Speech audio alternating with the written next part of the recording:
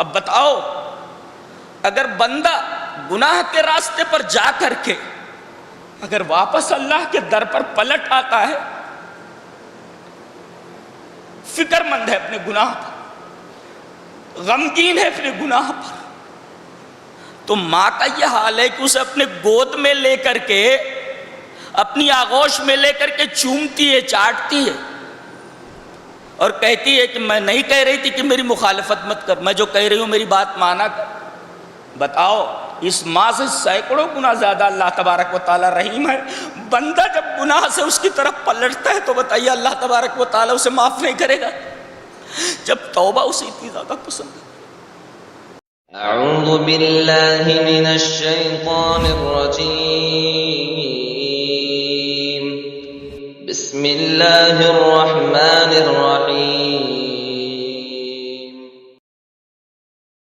اعوذ باللہ من الشیطان الرجیم، بسم اللہ الرحمن الرحیم۔ یا ایہا الذین آمنوا توبوا الی اللہ توبۃ نصوحا۔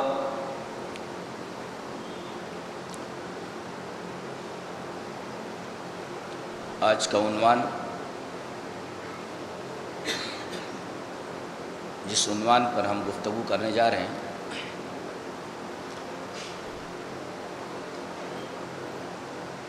اس عنوان کا نام ہے اسلام میں توبہ و استغفار کا تصور۔ تو پہلے دونوں کا مطلب سمجھ لیتے ہیں، توبہ کسے کہتے ہیں اور استغفار کسے کہتے ہیں۔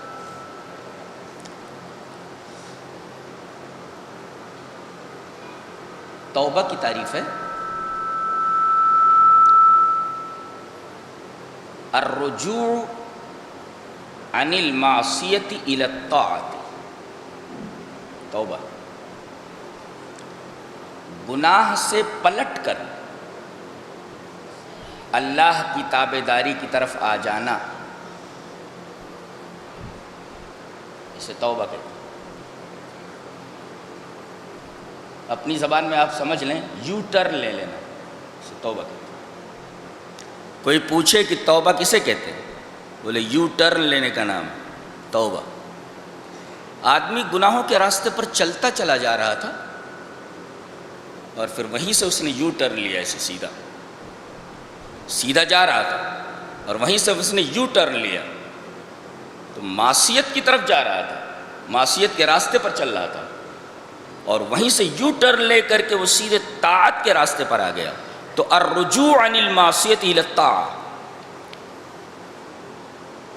گناہ کے راستے سے پلٹ کر، یو ٹرن لے کر اللہ تبارک و تعالیٰ کی تابعداری، اس کی فرما برداری، اس کی اطاعت کی طرف آ جانا، اسے کہتے ہیں توبہ۔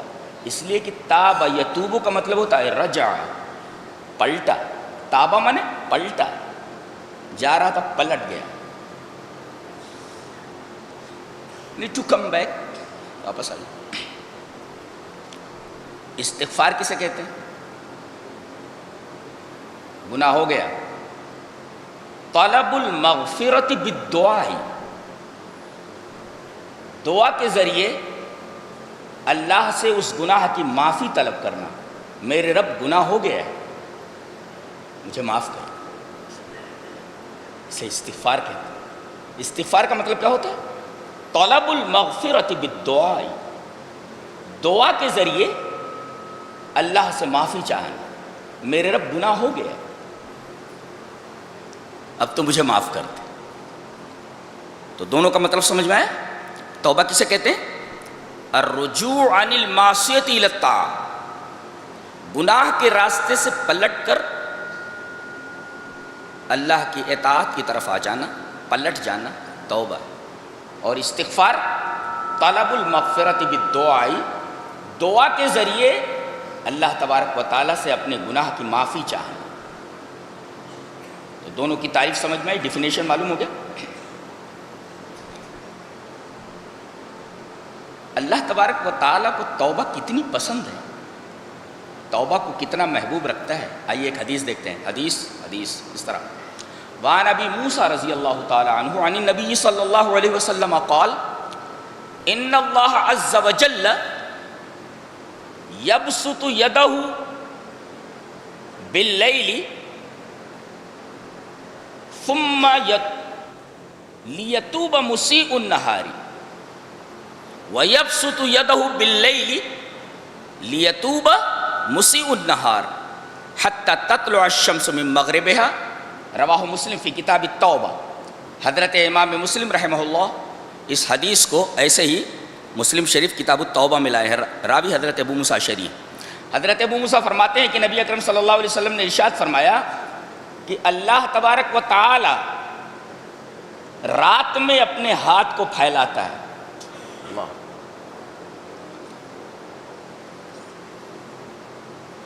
جب یہودیوں نے یہ کہا، مشرکین نے یہ کہا کہ اللہ کے ہاتھ بند ہیں، ید اللہ مغلولہ، اللہ کے ہاتھ بند ہیں، تو جواباً یہ فرمایا گیا بل یدہ مبسوطتان، اس کے دونوں ہاتھ پھیلے ہوئے ہیں۔ تو ایک بات تو یہ معلوم ہے کہ اللہ کے دو ہاتھ ہیں، اور عجیب بات تو یہ ہے کہ ہمارے دو ہاتھ ہیں، ایک دایاں ہے ایک بایاں ہے، اس کے دونوں ہاتھ دائیں ہیں۔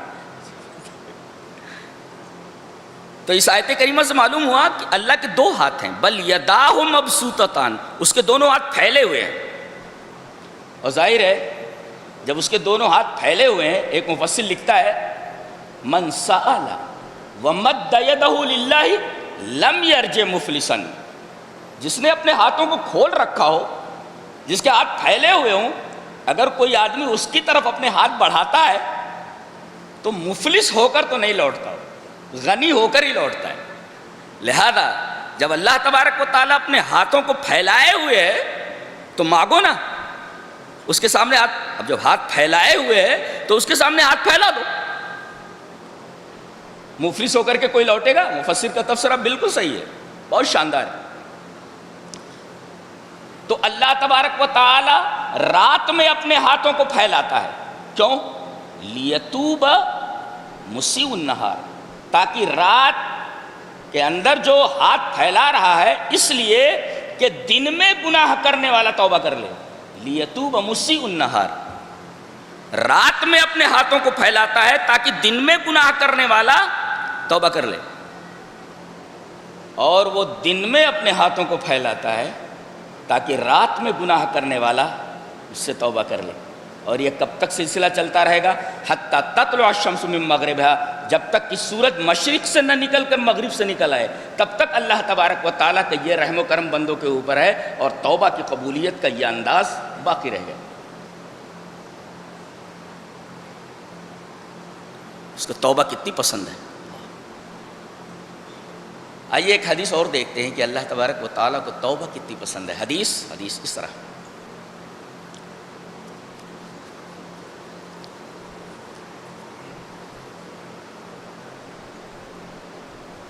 وعن انس بن مالک رضی اللہ تعالی عنہ ان رسول اللہ صلی اللہ علیہ وسلم قال للہ اشد فرحا بتوبۃ عبدہ من احدکم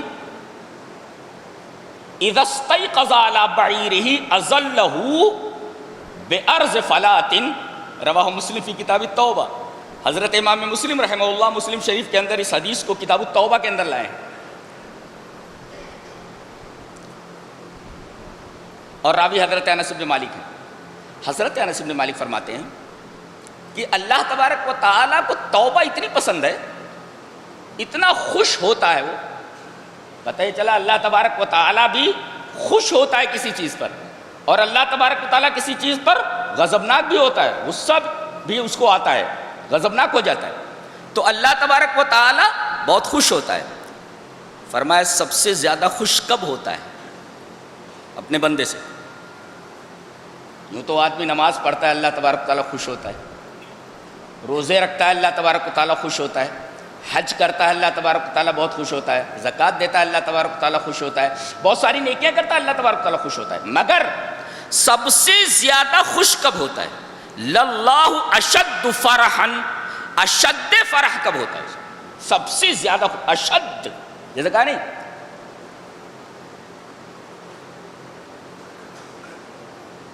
اللہ تبارک و تعالیٰ سے سب سے زیادہ محبت کرنے والے کون؟ مومن۔ کتنی زیادہ؟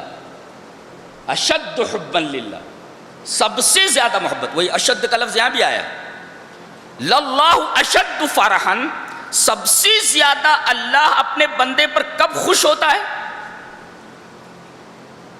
گناہ کر لیا ہے، ناراض ہو گیا ہے، گناہ کر لیا، ناراض ہو گیا ہے، اب اگر بندہ توبہ کرتا ہے اس وقت سب سے زیادہ خوش ہوتا ہے، اس سے زیادہ کسی چیز پر خوش نہیں ہوتا۔ اشد فرحن، سب سے زیادہ اللہ تبارک و تعالیٰ خوش ہوتا ہے بتوبت عبدہ من احدکم، جب کوئی بندہ گناہ کرنے کے بعد اللہ تبارک و تعالیٰ سے توبہ کرتا ہے تو سب سے زیادہ خوشی اللہ تبارک و تعالیٰ کو اسی حالت میں ہوتی ہے۔ اور کتنا خوش ہوتا ہے؟ ایک تو سب سے زیادہ خوش ہوتا ہے، کتنا خوش ہوتا ہے وہ بتایا گیا کہ ایک آدمی ہے، فلات کے اندر جا رہا ہے، فلات کہتے ہیں جنگل کو، صحرا کو، اس کی اونٹنی کے اوپر پانی لدا ہوا ہے اور صحرا بہت طویل ہے، اس کو پار کرنے کے لیے کافی وقت درکار ہے، اس صحرا کو اسے پار کرنا، قطع کرنا، اس کی اونٹنی کے اوپر پانی ہے، مشکیزہ ہے جس میں پانی بھرا ہوا ہے، اس کی اونٹنی کے اوپر اس کا توشہ ہے، ایک درخت کے نیچے تھوڑا آرام کرنے کے لیے بیٹھ جاتا ہے، اسے تھوڑی اونگ آ جاتی ہے، جب اس کی آنکھ کھلتی ہے تو دیکھتا ہے کہ اونٹنی غائب ہے، اضلہ، اونٹ گم ہو گیا اس کا، اب وہ حیران و پریشان ہے، ادھر جاتا ہے ادھر جاتا ہے، ادھر دیکھتا ہے ادھر دیکھتا ہے، اونٹ ہے کہ دکھائی نہیں دیتا، زاروں قطار رونے لگتا ہے، کہتا ہے اب تو میری موت لازم ہے، اس لیے کہ نہ میرے پاس پانی ہے نہ میرے پاس کھانا ہے، اور اتنا طویل صحرا مجھے عبور کرنا ہے، اتنا طویل صحرا مجھے قطع کرنا ہے، اور یہاں پانی بھی نہیں ہے اور کھانا بھی نہیں ہے، میری موت لازمی ہے۔ دوڑ دوڑ کر کے مایوس ہو جاتا ہے اور اسی پیڑ کے نیچے آ کر کے بیٹھ جاتا ہے، روتے روتے پھر اسے اونگ آ جاتی ہے، اور اس بار جب اس کی نیند کھلتی ہے تو دیکھتا ہے کہ اس کا اونٹ اس کے توشے کے ساتھ، اس کے پانی کے ساتھ سامنے کھڑا ہوا ہے، کھڑا ہو جاتا ہے اور مارے خوشی کے بولتا ہے اللہم انا ربک، اللہم انت عبدی وانا ربک، اے اللہ میں تیرا رب ہوں تو میرا بندہ، مارے خوشی کے اخطا، غلط بول جاتا ہے، کیا بولتا ہے؟ اللہم انت عبدی، اے اللہ تو میرا بندہ ہے، وانا ربک میں تیرا رب ہوں، سو الٹا بول جاتا ہے۔ اللہ تبارک و تعالیٰ کو اس کی یہ ہڑبڑاہٹ اور اس کا یہ انداز اس مثال میں اتنا پسند آتا ہے کہ اللہ تبارک و تعالیٰ یہ فرماتا ہے کہ جتنا یہ شخص اپنی اونٹنی کے ملنے پر خوش ہوا ہے جبکہ اس کی موت لازمی تھی، میں اس سے زیادہ اپنے اس بندے سے خوش ہوتا ہوں جو گناہ کرنے کے بعد مجھ سے توبہ کر لیتا ہے۔ بتاؤ، وہ آدمی جس نے یہ سوچ لیا تھا کہ اب میں بچنے والا نہیں ہوں، زندگی میری ختم ہونے والی، اور سامنے اس کی زندگی آ جائے تو وہ کتنا خوش ہوگا؟ مارے خوشی کے وہ الٹا بول جاتا ہے کہ تو میرا بندہ ہے میں تیرا رب ہوں، اللہ سے بولتا ہے۔ اللہ فرماتا ہے یہ بندہ جس طرح اپنی اس اونٹنی، اپنے اس اونٹ کے ملنے پر خوش ہوا ہے، میں گناہ کرنے کے بعد بندہ جب مجھ سے توبہ کرتا ہے تو میں اس آدمی سے زیادہ خوش ہوتا ہوں بندے کے اوپر۔ تو ایک تو ہے سب سے زیادہ خوش ہوتا ہے، کتنا خوش ہوتا ہے وہ بتایا گیا، اتنا خوش ہوتا ہے بلکہ اس سے بھی زیادہ خوش ہوتا ہے۔ اللہ، تو گناہ ہو گئے تو اب توبہ کر لیجیے، اور اللہ تبارک و تعالی توبہ سے کتنا خوش ہوتا ہے آپ کو معلوم ہو۔ علامہ ابن قیم رحمہ اللہ کی ایک کتاب ہے مدارج السالکین، اس میں انہوں نے ایک واقعہ لکھا ہے کہ بعض عارفین نے ایک گلی میں دیکھا کہ ایک عورت اپنے بچے کو خوب مار رہی ہے، پیٹ رہی ہے، بچہ ہے کہ چلا رہا ہے، اور ماں اسے مارتی جا رہی ہے، اور مارنے کے بعد اس کو گھر سے نکال دیا اور دروازہ اس کے منہ کے اوپر بند کر لیا۔ اب بچہ دیکھ رہا ہے کہ دروازہ بند ہے، تھوڑی دور جاتا ہے، غیر بعید تھوڑی دور جاتا ہے، متفکرن حزینن، بڑا فکر مند ہے اور بہت زیادہ غمزدہ ہے، بہت زیادہ غمگین ہے۔ تھوڑی دور جا کر کے پھر پلٹتا ہے، چاروں طرف دیکھتا ہے، اس کا کوئی پرسانے حال نہیں ہے، کوئی اس کو پوچھنے کے لیے نہیں آ رہا ہے کہ کیا بات ہے۔ تھوڑی دور جا کر کے وہ پلٹتا ہے، اور جب گھر پہ پہنچتا ہے وہیں آتا ہے، گھر پر ہی آتا ہے، دیکھتا ہے تو دروازہ اب بھی بند ہے۔ روتے ہوئے اپنے گال کو چوکھٹ کے اوپر رکھ کر کے سو جاتا ہے۔ تھوڑی دیر کے بعد ماں جب دروازہ کھولتی ہے تو بچے کی جو حالت ہے وہ دیکھتی ہے کہ دھول سے ہٹا ہوا ہے اور چوکھٹ کے اوپر گال رکھ کر کے سو رہا ہے۔ بے قرار ہو کر کے اس کے اوپر گر پڑتی ہے اور اسے گود میں لے کر کے اسے چومنے لگتی ہے، کہتی ہے میرے بچے، میں برابر کہہ رہی تھی نا تو مجھے مت ستایا کر، تو غصہ مجھے مت دلایا کر، اور دیکھ تو پلٹ کر کے آیا نا میرے پاس، میرے علاوہ تیرا ہے کون؟ میں ہی تو تیری سب کچھ ہوں۔ اب بتاؤ، اگر بندہ گناہ کے راستے پر جا کر کے اگر واپس اللہ کے در پر پلٹ آتا ہے، فکر مند ہے اپنے گناہ پر، غمگین ہے اپنے گناہ پر، تو ماں کا یہ حال ہے کہ اسے اپنے گود میں لے کر کے، اپنی آغوش میں لے کر کے چومتی ہے، چاٹتی ہے، اور کہتی ہے کہ میں نہیں کہہ رہی تھی کہ میری مخالفت مت کر، میں جو کہہ رہی ہوں میری بات مانا کر۔ بتاؤ، اس ماں سے سینکڑوں گنا زیادہ اللہ تبارک و تعالی رحیم ہے۔ بندہ جب گناہ سے اس کی طرف پلٹتا ہے تو بتائیے اللہ تبارک و تعالی اسے معاف نہیں کرے گا؟ جب توبہ اسے اتنی زیادہ پسند ہے تو گناہ ہو جانا یہ اہم نہیں، اہم یہ ہے کہ آپ نے گناہ کے بعد توبہ کی ہے یا نہیں۔ لہذا گناہ کتنے بھی ہو گئے ہوں، گناہوں کی تعداد کتنی ہی زیادہ کیوں نہ ہو گئی ہو، ہمیں اللہ تبارک و تعالیٰ کی رحمت سے مایوس ہونے کی ضرورت نہیں ہے۔ قُلْ يَا عِبَادِيَ الَّذِينَ أَسْرَفُوا عَلَىٰ أَنفُسِهِمْ لَا تَقْنَطُوا مِن رَحْمَتِ اللَّهِ، اے میرے بندو جنہوں نے اپنے اوپر ظلم کر لیا ہے، بہت گناہ کر لیے ہیں، لا تقنطوا من رحمت اللہ، میری رحمت سے مایوس مت ہونا۔ ان اللہ یغفر الذنوب جميعا، اللہ تبارک و تعالیٰ تمہارے تمام گناہوں کو معاف کر دے گا۔ انہ هو الغفور الرحیم، اس لیے کہ وہ غفور الرحیم ہے، وہ گناہ کو معاف نہیں کرے گا تو کون کرے گا؟ اللہ تبارک و تعالیٰ نے ایک جگہ ارشاد فرمایا ومن یغفر الذنوب الا اللہ، اللہ کے علاوہ گناہوں کو معاف کرنے والا کون؟ کیا شان ہے بات کرنے کی۔ اللہ فرماتا ہے میرے علاوہ گناہوں کو کون بخشنے والا؟ میں ہی تو بخشنے والا ہوں۔ لہذا جب وہ گناہوں کو بخشنے کے لیے موجود ہے تو اس کے سامنے استغفار کے لیے اور طلب مغفرت کے لیے دعا میں ہاتھ کیوں نہ اٹھایا جائے، اس کے سامنے دست دعا کیوں نہ پھیلایا جائے، دست سوال کیوں نہ دراز کیا جائے۔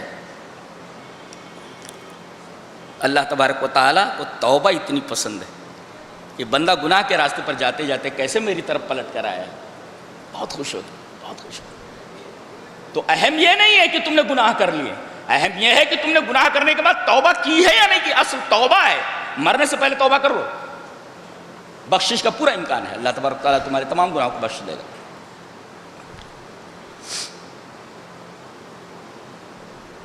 اصل میں مغفرت کا یہ جو دروازہ اللہ نے کھولا ہے اس کی ایک وجہ، میں غرغرہ آنے سے پہلے تک توبہ کا دروازہ کھلا رکھتا ہوں، جب تک فرشتے جو ابھی دکھائی نہیں دے رہے تجھے دکھائی دینے لگیں اس سے پہلے تک میں نے توبہ کا دروازہ کھلا رکھا ہے۔ دو تیسرے، جب تک سورج مشرق سے نہ نکل کر مغرب سے نہ نکل آئے تب تک میں نے توبہ کا دروازہ کھلا رکھا ہے۔ جانتے ہیں اس کی کیا وجہ ہے توبہ کے دروازہ کھولنے کی اتنے عرصے تک؟ جی اس کی وجہ ہے، چلیے ایک حدیث دیکھ لیتے ہیں۔ اس حدیث میں اس کی وجہ بتائی گئی. حدیث اس طرح وعن ابی سعید الخدری رضی اللہ تعالیٰ عنہ عن النبی صلی اللہ علیہ وسلم انہ قال ابلیس اے ربی لا ازال اغوی بنی آدم ما دامت ارواحهم فی اجسادهم قال فقال رب عز وجل لا ازال اغفر لهم ما استغفرونی رواه احمد فی مسندہ. حضرت امام احمد بن حنبل رحمہ اللہ اس حدیث پاک کو ایسے ہی مسند احمد کے اندر لایا. راوی جیسا کہ معلوم ہوا حضرت ابو سعید خدری رضی اللہ تعالیٰ عنہ. حضرت ابو سعید خدری رضی اللہ تعالیٰ عنہ فرماتے ہیں کہ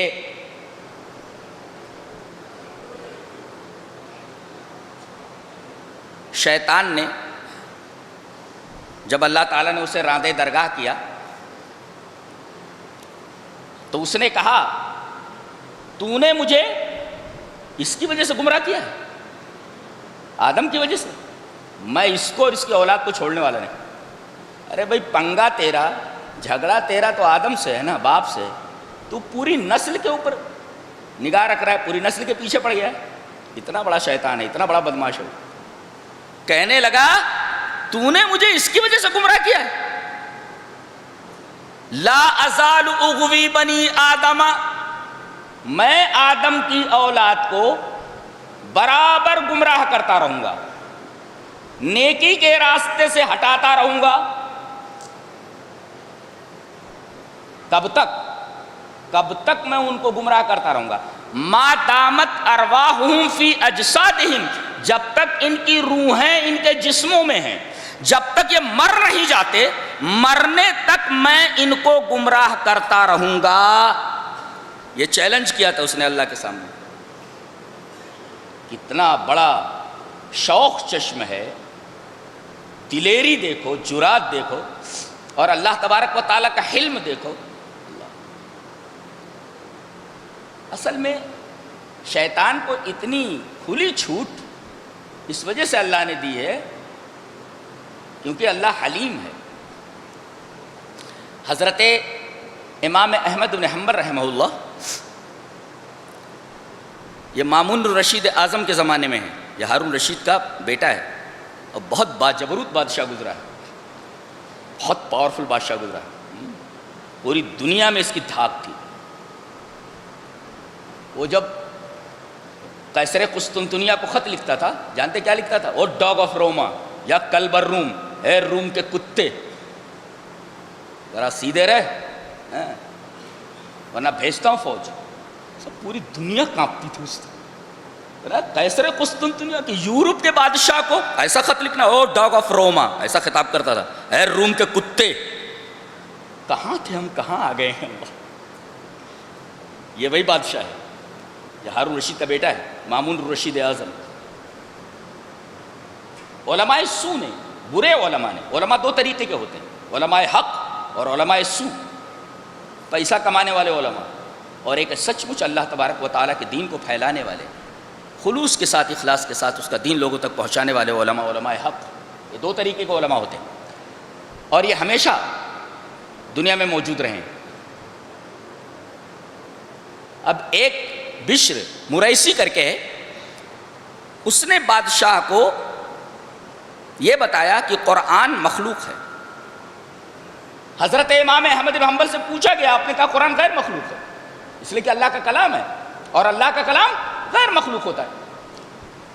اس پر حضرت امام احمد بن حنبل رحمہ اللہ کو جیل میں ڈال دیا گیا اور ایسے کوڑے مارے گئے. تاریخ دانوں نے لکھا ہے کہ بعض کوڑے ایسے مارے گئے کہ اگر وہ ہاتھی کو مار دیے جاتے تو ہاتھی چنگاڑ ہوتا. بتائیے، ایک مسئلے کے اوپر بادشاہ وقت نے اتنی بڑی سزا دی امام صاحب کو، حضرت امام احمد بن حنبل رحمہ اللہ کو. ایک دفعہ تو توس میں تھا وہ، اور کہا کہ ان کو بیڑیوں میں اور ہتکڑیوں میں بغداد سے توس تک لایا جائے. ویسے کمزور تھے، جیل سے نکلے ہوئے تھے، پریشان تھے، زخموں سے چور تھے، اور ویسے ہتکڑیوں اور بیڑیوں میں ڈال کر کے ان کو توس کی طرف اونٹ پر بٹھا کر کے لے جایا جا رہا تھا. وہیں دعا کی، پریشان ہو گئے، بد دعا کر دی انہوں نے. یا سیدی، ہے میرے آقا. گویا کہ اللہ کی ایک صفت سید بھی ہے، اللہ کی صفت ہے سید. جی عقیدے کا مسئلہ ہے. یا سیدی، اے میرے آقا، غرک غر حلمک هذا الفاجر حتی یتجرأ علی اولیائک، میرے رب میرے آقا تیرے حلم نے، تیری بردباری نے اس فاجر کو غرور میں ڈال دیا ہے، دھوکے میں ڈال دیا ہے، یہاں تک کہ وہ تیرے اولیاء کے اوپر، تیرے دوستوں کے اوپر ایسی جرات کر رہا ہے۔ اللہ، رو پڑے وہ دعا کی۔ اور یاد رکھو کسی کے ساتھ ظلم کرنے سے بچو، اس لیے کہ اگر اس نے رب کے سامنے اپنی فریاد رکھ دی اور رو پڑا، پھر گیا وہ آدمی کام سے، گیا وہ آدمی کام سے۔ کہا کہ میرے رب میرے آقا تیرے حلم نے اس فاجر کو اس جرات پر آمادہ کیا ہے، اس لیے کہ تو بردبار ہے، بندہ گناہ کرتا ہے جلدی پکڑتا نہیں، تو یہ اس غرور میں آ گیا، اس دھوکے میں آ گیا ہے۔ تھوڑی دیر بعد پتا چلا کہ مر چکا ہے مامور الرشید اعظم، مر چکا ہے۔ اللہ، تو دعاؤں سے بچو، کسی کی بد دعا سے بچو۔ تو جب تک ان کے بدنوں میں روح رہے گی تب تک میں انہیں بہکاتا رہوں گا۔ تو اللہ نے کیا فرمایا؟ اچھا مجھے چیلنج کر رہا ہے تو لا ازال اغفر لهم ما استغفرونی، جب تک یہ مجھ سے اپنے گناہوں کی معافی مانگتے رہیں گے تب تک میں ان کو بخشتا رہوں گا، چاہے کتنا بھی بڑا گناہ ان کا کیوں نہ ہو۔ تو نے چیلنج کیا ہے مجھے کہ جب تک ان کی روحیں ان کے جسموں میں رہیں گی تب تک میں ان کو گمراہ کرتا رہوں گا۔ میں تجھے چیلنج کرتا ہوں، میں تجھ سے بولتا ہوں کہ جب تک میرے بندے اپنے گناہوں پر مجھ سے معافی مانگتے رہیں گے میں برابر ان کو بخشتا رہوں گا جب تک یہ زندہ رہیں گے۔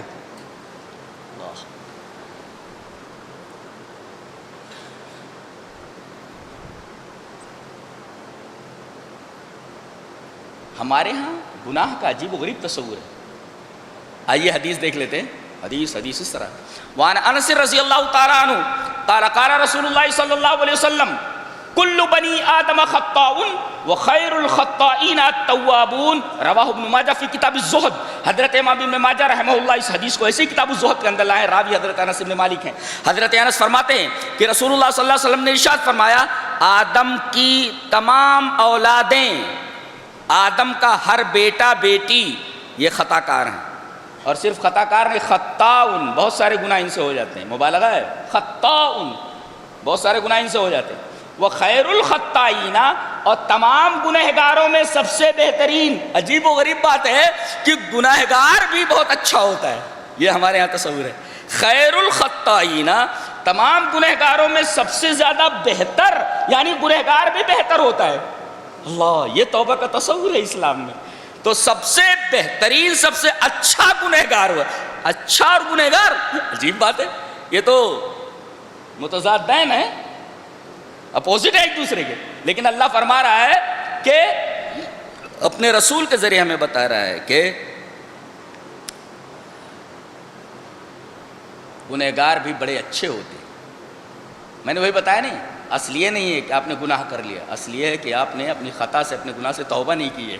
تو خیر الخطائین، سب سے بہتر خطا کار کون ہے؟ التوابون، جو اللہ تبارک و تعالیٰ سے توبہ کر لیتے ہیں۔ یہ ہمارے ہاں توبہ کا تصور ہے۔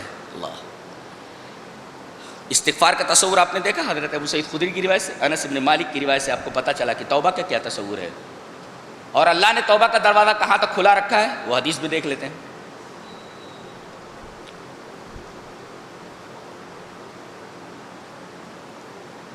عن ابن عمر رضی اللہ تعالی عنہما عن النبی صلی اللہ علیہ وسلم قال ان اللہ یقبل توبۃ العبد ما لم یغرغر، رواہ ابن ماجہ فی کتاب الزہد۔ حضرت امام ابن ماجہ رحمہ اللہ اس حدیث کو بھی کتاب الزہد کے اندر لائے ابن ماجہ میں، اور البانی نے ان دونوں حدیثوں کو جو میں نے ابھی پڑھی درجہ حسن تک پہنچایا ہے، یہ حسن درجے کی روایت ہے۔ حضرت ابن عمر فرماتے ہیں کہ رسول اللہ صلی اللہ علیہ وسلم نے ارشاد فرمایا کہ اللہ تبارک و تعالی بندے کی توبہ کو قبول کرتا ہے جب تک کہ اسے غرغرہ نہ آ جائے، غرغرہ نہ آ جائے۔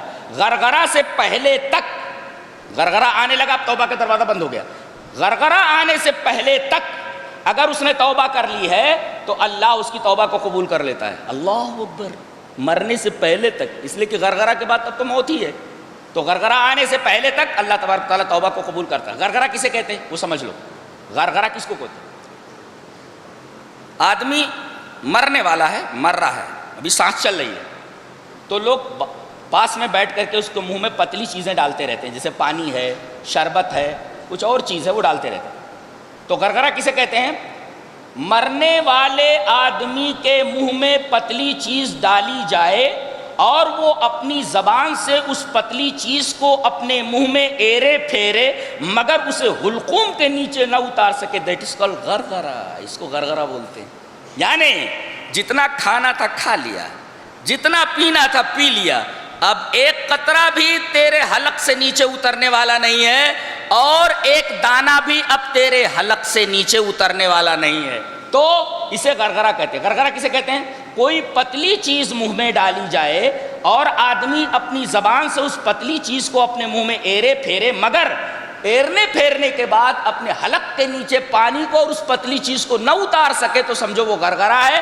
اب توبہ کا دروازہ بند ہو چکا ہے، اب اس آدمی کی توبہ قبول نہیں ہوتی۔ ایک یہ، اور دوسرے جب تک سورج مشرق سے نکل رہا ہے توبہ کا دروازہ کھلا ہوا، مغرب سے نکلا توبہ کا دروازہ بند۔ اور تیسرے لما راؤ باسنا، سامنے عذاب کو دیکھ لیا، عذاب کو اگر سامنے دیکھ لیا، ملک الموت کو سامنے دیکھ لیا، تو توبہ کا دروازہ بند۔ تو 3 ٹائم پر توبہ کا دروازہ بند ہو جاتا ہے۔ غرغرہ آ جائے توبہ کا دروازہ بند، سامنے فرشتے کو دیکھ لے، عذاب دیکھ لے، توبہ کا دروازہ بند۔ اور تیسرے سورج مشرق سے نکل کر مغرب سے نکل آئے، توبہ کا دروازہ بند۔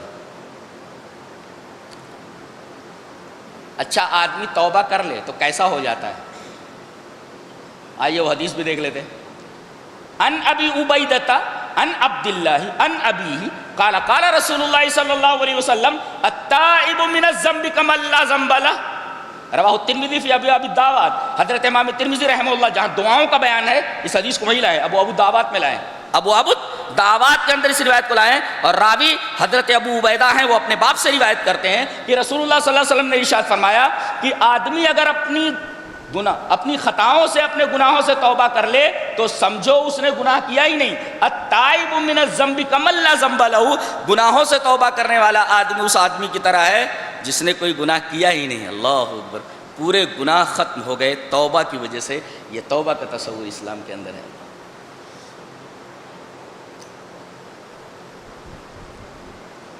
توبہ کیسی کرنی چاہیے یہ بھی تو معلوم ہونا چاہیے نا۔ آدمی کو توبۃ النصوح کرنی چاہیے، تب توبہ قبول ہوتی ہے۔ توبۃ النصوح، آئیے توبۃ النصوح کی تفسیر حضرت عبداللہ ابن مسعود رضی اللہ تعالیٰ عنہ نے کیا کی ہے وہ دیکھ لیتے ہیں۔ اور یہ روایت مصنف ابن ابی شیبہ میں، پوری روایت پڑھ دیتا ہوں جیسا کہ میری عادت ہے۔ وان عبداللہ ابن مسعود وان عبداللہ رضی اللہ تعالیٰ عنہ فی قولہ توبوا الی اللہ توبۃ نصوحا قال ان یتوبا ثم لا یعودوا۔ حضرت عبداللہ ابن مسعود توبۃ النصوح کی تعریف کرتے ہوئے کہتے ہیں التوبۃ النصوح ان یتوب ثم لا یعود۔ کہ توبۃ النصوح وہ ہے کہ آدمی گناہ کرنے کے بعد جب توبہ کر لے پھر لوٹے نہ، وہ گناہ پھر دوبارہ نہ کرے، ریپیٹ نہ کرے گناہ کو، تو سمجھو یہ توبۃ النصوح ہے کہ میرے رب میں نے یہ گناہ کر لیا تھا اب میں یہ گناہ نہیں کروں گا، تو یہ توبۃ النصوح ہے، جیسا کہ حضرت عبداللہ ابن عباس کی اس تفسیر کے اندر موجود ہے۔ توبہ کی کتنی شرطیں ہیں؟ 3 شرطیں۔ الندم علی فعلھا، اپنے اس گناہ کے اوپر نادم ہو، میرے رب مجھ سے جو گناہ ہو گیا میں اس گناہ پر نادم ہوں، بہت پشیمان ہوں، میں پچھتا رہا ہوں، میرے رب ہو گیا گناہ، تو نادم ہو اپنے اس فعل کے اوپر۔ اور الاقلاع عن المعصیہ، یہ دوسری شرط ہے، اس گناہ کو چھوڑ دے۔ ایک تو اپنے گناہوں کے اوپر پشیماں ہو، نادم ہو، اور دوسرے اس گناہ کو چھوڑ دے، اور تیسرے العزم الا یعود الی معصیۃ ابدا، مستقبل میں نہیں کروں گا، تو ماضی اس پر پچھتاوا، حال میں گناہ کو چھوڑ دے، اور مستقبل میں عزم یہ کرے کہ آگے گناہ نہیں کروں گا۔ اس کا مطلب توبہ کا تعلق 3 زمانوں سے ہے۔ اچھا توبہ اور استغفار میں فرق کیا ہے؟ توبہ جو ہوتا ہے وہ آپ کسی کے لیے نہیں کر سکتے، آپ کو اپنے گناہوں کی توبہ خود کرنی ہے، یہ فرق ہے۔ لیکن استغفار آپ دوسروں کے لیے بھی کر سکتے ہیں، اللہ اس کو معاف کر دے، یہ فرق ہے توبہ اور استغفار میں، یہ بہت دقیق فرق ہے۔ توبہ آپ دوسرے کے لیے نہیں کر سکتے، توبہ آدمی کو خود کرنی ہے، گنہگار جو ہے اسے خود کرنا ہے، اور استغفار دوسروں کے لیے بھی کر سکتا ہے۔ جو مر گیا وہ توبہ نہیں کر سکتا یہ، لیکن استغفار زندہ کے لیے بھی ہے، مردہ کے لیے بھی ہے۔ کوئی زندہ آدمی اللہ اسے معاف کر دے، اور جو مر گیا اے اللہ جو ہم سے پہلے تیرے پاس چلے گئے اللہ ان کو بخش دے۔ اس کا مطلب ہے زندہ اور مردہ دونوں کے لیے استغفار، اور توبہ صرف زندہ لوگوں کے لیے، جو زندہ ہے وہی توبہ کرے۔ مرنے کے بعد توبہ قبول نہیں ہوتی، تو غرغرے تک ہے نا وہ۔ یہ فرق ہے توبہ اور استغفار میں، سمجھ میں آیا؟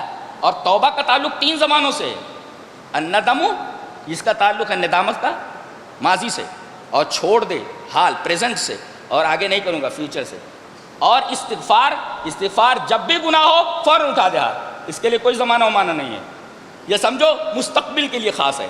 گناہ ہوا متا وقات، جب بھی خطا ہوئی اللہ کے سامنے آدمی ہاتھ اٹھا دے، میرے رب گناہ ہو گیا ہے، بس۔ یہ توبہ اور استغفار میں فرق ہے، اسی وجہ سے اکثر توبہ اور استغفار دونوں ساتھ آتے ہیں۔ وَأَنِ اسْتَغْفِرُوا رَبَّكُمْ ثُمَّ تُوبُوا إِلَيْهِ۔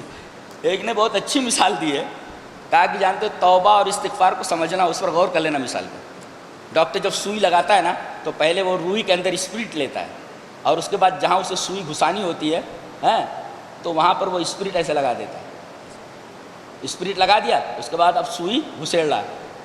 تو یہ سوئی گھسیڑنا یہ توبہ ہے، اور یہ اسپرٹ لگانا استغفار ہے۔ یہ عجیب و غریب مثال ہے، میں نے عربی میں پڑھا، اس کو دیکھا تو میں حیران رہ گیا، بہت شاندار تعبیر ہے استغفار و توبہ، سبحان اللہ و بحمدہ۔ اچھا ایک روایت اور دیکھ لیں حضرت عبداللہ ابن مسعود سے، وہ ابن مسعود وعن ابن مسعود رضی اللہ تعالی عنہ ان نبی صلی اللہ علیہ وسلم قال الندم توبۃ، رواه احمد فی مسندہ۔ حضرت امام احمد رحمہ اللہ اس حدیث کو ایسے ہی مسند احمد کے اندر لائے۔ حضرت عبداللہ ابن مسعود فرماتے کہ رسول اللہ صلی اللہ علیہ وسلم نے ارشاد فرمایا کہ ندامت توبہ ہے۔ آدمی پچھتانے لگے اپنے گناہوں کے اوپر، اس کا مطلب یہ ہے کہ آدمی اپنے گناہوں سے توبہ کرنا چاہ رہا ہے، تبھی تو پچھتا رہا ہے۔ تو گویا کہ پچھتانا اور نادم ہونا یہ توبہ ہے۔ تو یہ توبہ اور استغفار کے اوپر ایک سرسری سی بحث تھی جو آپ کے سامنے پیش کی گئی۔ اللہ تبارک و تعالی ہمیں توبہ اور استغفار دونوں کی توفیق عطا فرمائے۔ وآخر دعوانا الحمدللہ رب العالمین۔